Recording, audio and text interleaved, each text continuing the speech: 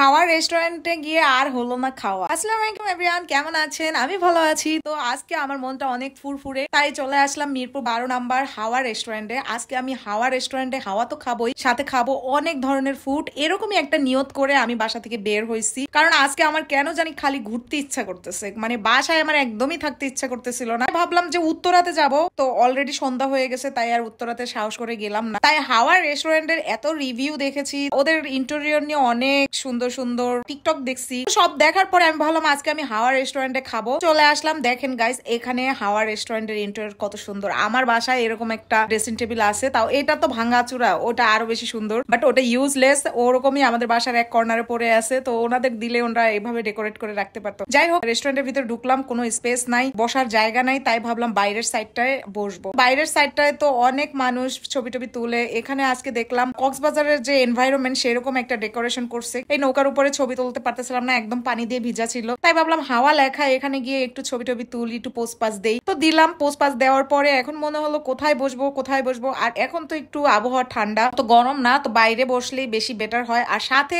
আরেকটা জিনিস, আমি বার্থডেতে একটা সুন্দর এক্সপেন্সিভ গিফট পাইছি, সেটা হলো ক্যামেরা। ক্যামেরাটাও আমি একটু চেক করবো রেস্টুরেন্টের ফুটেজ কেমন আসে, এটা দেখার জন্য ভাবলাম রেস্টুরেন্টে একটু বসে বসে অর্ডার দিই আর ক্যামেরার ফুটেজ দেখি। এটা ভেবে আমি বসলাম, দেখি লো লাইটে ক্যামেরার ফুটেজ কেমন আসে। গাইস, এটা ছিল আমার মোবাইলের ফুটেজ, এখন হলো আমার ক্যামেরার ফুটেজ। তো আমি একটু দেখতেছি, চেক করতেছি কোনটায় আমাকে বেশি বেটার লাগে। দেখেন এখন আমাকে ক্যামেরায় কেমন লাগতেছে, আমি ক্যামেরাম্যানকেও বলতেছি যে কেমন লাগতেছে। এর মাঝে ঘটলো বিপত্তি। রেস্টুরেন্টের লোকজনরা এসে বললো এখানে ভিডিও করা নিষেধ। আমি বললাম কিসের জন্য ভিডিও করা নিষেধ হবে? বলে কি আপনি ক্যামেরা ইউজ করতে পারবেন না, অনলি মোবাইল ইউজ করতে পারবেন। তো আমার লাগছে জিত, আমি খাবো টাকা দিয়া, আমি কেন ক্যামেরা ইউজ করতে পারবো না? আমি তো এখানে খাবোই না। চলে আসলাম, যে রেস্টুরেন্টে আমি খাবো না, যে রেস্টুরেন্টে আমি ক্যামেরা দিয়ে ভিডিও নিতে পারবো না, সেই রেস্টুরেন্টে আমি কোনো খাবারই খাবো না। আমার টাকা নষ্ট করার কোনো মানে নেই। চলে আসার পর সামনেই দেখলাম সেই রেস্টুরেন্ট, আর রেস্টুরেন্টের মধ্যে চোখে পড়লো বিএফসি। যাই হোক, আজকে হাওয়াতে হাওয়া খাওয়া হলো না, বিএফসি তে যে চিকেন খাই। চলে আসলাম বিএফসি তে। বিএফসির লাইটিং এনভায়রনমেন্ট তো সবসময় সুন্দর। এটা হলো মিরপুর 12 নাম্বারের বিএফসি তে চলে আসছি।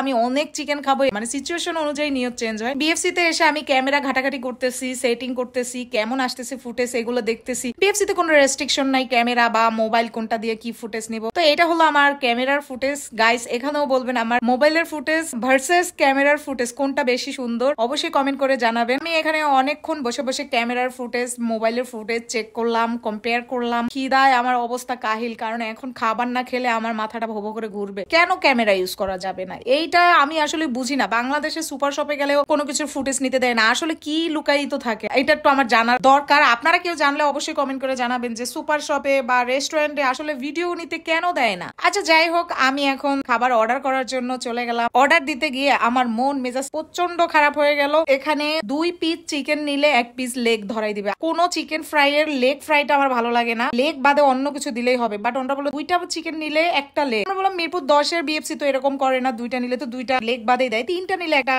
লেগ দেয়। মনটা খুবই খারাপ হলো। তো সুইং করে চলে আসলাম মিরপুর 10 নাম্বারের বিএফসি তে। আর এখানে আসার পরে মুডটা আমার একটুও ভালো হচ্ছে না, কারণ এখানে এসে দেখি প্রচন্ড ভিড়। সেই ভিড়ের মধ্যে গিয়ে আমি অর্ডার দিয়ে আসলাম চিকেন ফ্রাই দিছি 2 পিস, তারপর চিকেন উইংস এন্ড ড্রিঙ্কস। এখন আমি খাবো আমার সেই পছন্দের চিকেন ফ্রাই। গাইস, চিকেন খেতে খেতে একটা আমার স্টোরি বলি। আমার ভাগ্নি অধরা, ও আমার মেসেঞ্জারের নিক নেম সেভ করছে কি দিয়ে জানেন? হেন, মানে মুরগি, মানে চিকেন দিয়ে। কারণ আমি এত পরিমাণে চিকেন খাই, ওর কাছে মনে হয় আমার নামটাই চিকেন হওয়া উচিত, তাই চিকেন না দিয়ে হেন দিয়ে রাখছে। তো গাইস, আমি চিকেন গুলো খেয়ে নিলাম, অনেক ভালো লাগলো, আমার শান্তি লাগলো, সারা দিনের এই মন খারাপ একদম চলে গেল। তো গাইস, চিকেন খাওয়া শেষ করলাম, এখন চলে যাব বাসায়। তো ড্রিঙ্কসটা খেতে খেতে বেরিয়ে পড়লাম বিএফসি থেকে, দেন এখন বাসায় চলে যাচ্ছি। আর ভিডিওটা ভালো লাগলে একটা লাইক দিবেন guys. Thank you so much, দেখা হবে নেক্সট ভিডিওতে। সেই পর্যন্ত সবাই ভালো থাকবেন, বাই বাই।